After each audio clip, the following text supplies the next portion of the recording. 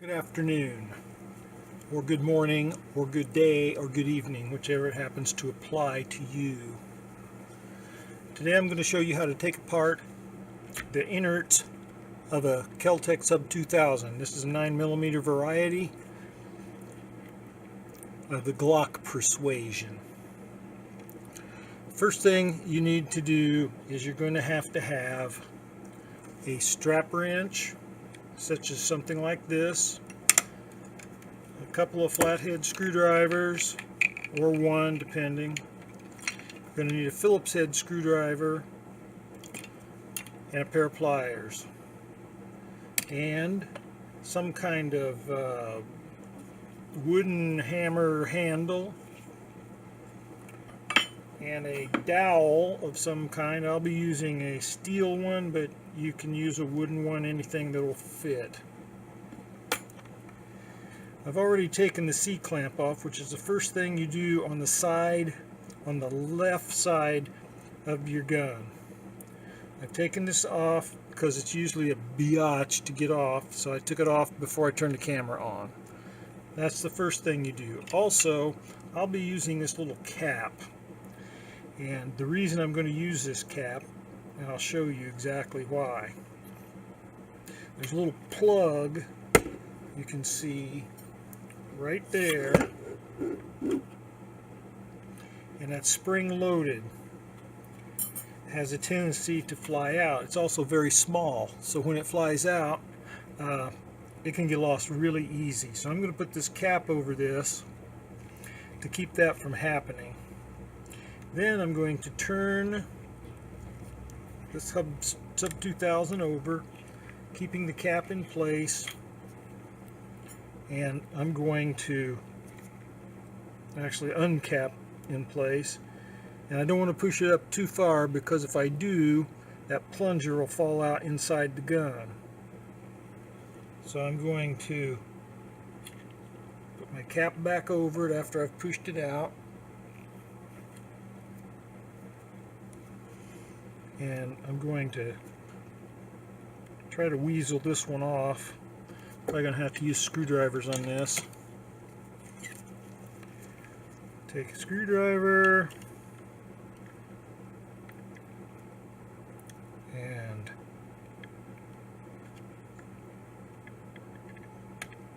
weasel this clamp off.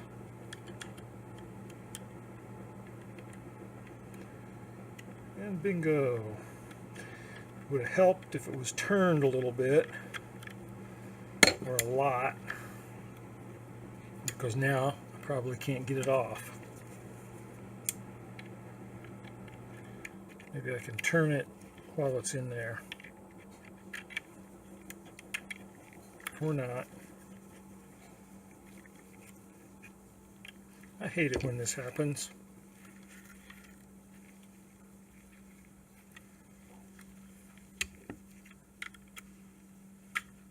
Yeah, just turn it this way.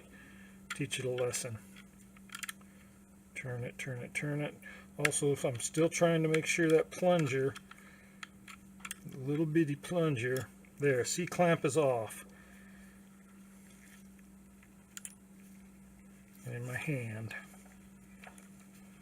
I'm going to put my cap back on. You don't necessarily have to use the cap like this, but I have a tendency to lose little items. Put that to the side. Now, when I push my safety through, see if it came all the way through. Bingo! There's the cap and the spring. Both came shooting out. That's why I used that cap. Now, what happens is the safety gets caught on your transfer bar. So I am going to take, you can use a wire, hooked wire.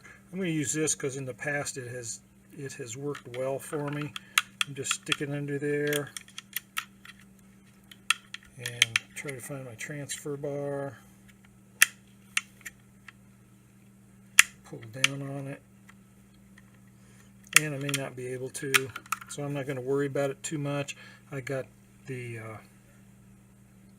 C-clamps and that little plunger out of there intact. I know where they are, so everybody's happy. Now I'm going to turn this bad boy around and take a screwdriver. These two have washers on them. The rest of them do not.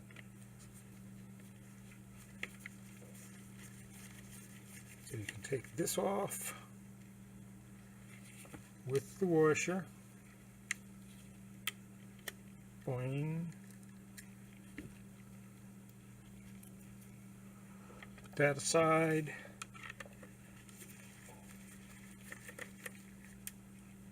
This off with the washer. Put it aside.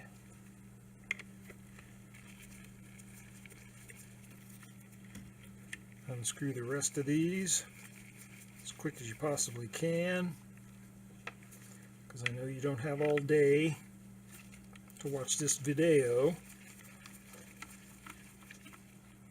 And when you put this thing back together, you got to be careful not to tighten this particular screw down too far, because if you do, it'll push against the trigger and the trigger won't want to reset. You have to physically push it, and that gets real annoying. Plus it doesn't operate correctly, so don't do it. Now that you have all this stuff out, you can, I'm going to try one more time to get that transfer bar.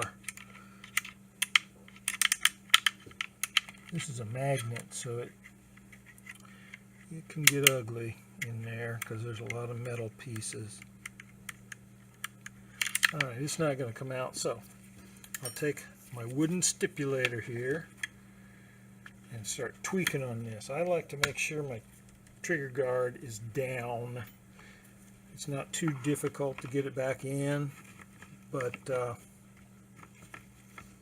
if you don't have to deal with it, you don't. Now, before I go any further, you need to take your strap wrench. For some reason I always forget this, but today I didn't. And you put your strap wrench around this little black thing.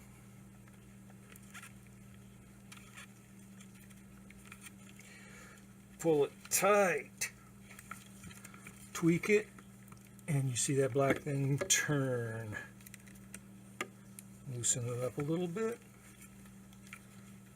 Pull it tight again. And the black thing turns, and at this point, black thing, that's a technical term. Remember it, there'll be a test later. Then you unscrew this bad boy, because if you don't, this thing is not going to come apart. Guaranteed. And there's about 1,000 threads on this thing, so you got to keep tweaking until it comes off. There, it is off officially. Now you can take your hammer, your wooden stipulator, whatever it is you're using, and start weaseling this thing up. You gotta weasel, weasel, weasel. Weasel some more.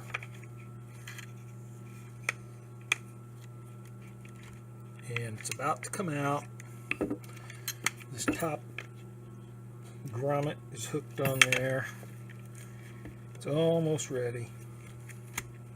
And push down on that trigger guard again and start weaseling this off.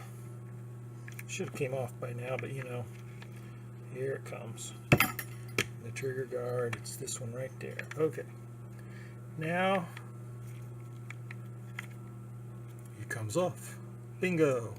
Springs and stuff are not going to come flying out, except for possibly this one, but I have taken the liberty to put a little bend in that, so when I go to put it back together, it doesn't fall out. That can get annoying. Put that to the side.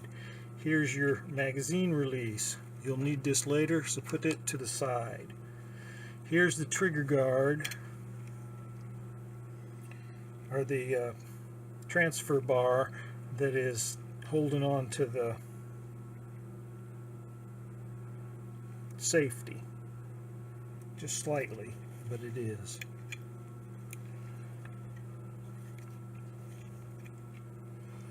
And once that's out of the way, your safety just comes diddy bopping right out of there, boy. Now, next thing you do is you can take your transfer bar and trigger off.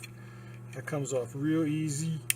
You just lift that up, weasel this up, all in one piece.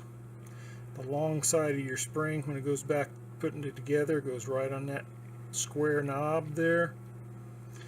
And we'll show you that when we put it back together. Next thing you do, this is your sear spring. I like to just take this bad boy off straight away. And at that point, you can take your finger, push down on your hammer, release the sear, and there's your hammer. Sear comes off. There it is, pretty juicy. You can see right there where the sear and the hammer interact. A little spot that's not filthy. And then the hammer weasels right off the pole and everything comes off. And the pole has this rubber thing on it, the rubber plastic, and there's an identical one down there that's hooked, that's part of the frame, so you don't have to worry about that. If you want to take this off, it comes right off. All you have to do is just lift it off. It's got 3 nodgies down there and 3 holes. Put it right back in there. And boys and girls, that's the way you disassemble the receiver of a Keltec Sub 2000 9mm.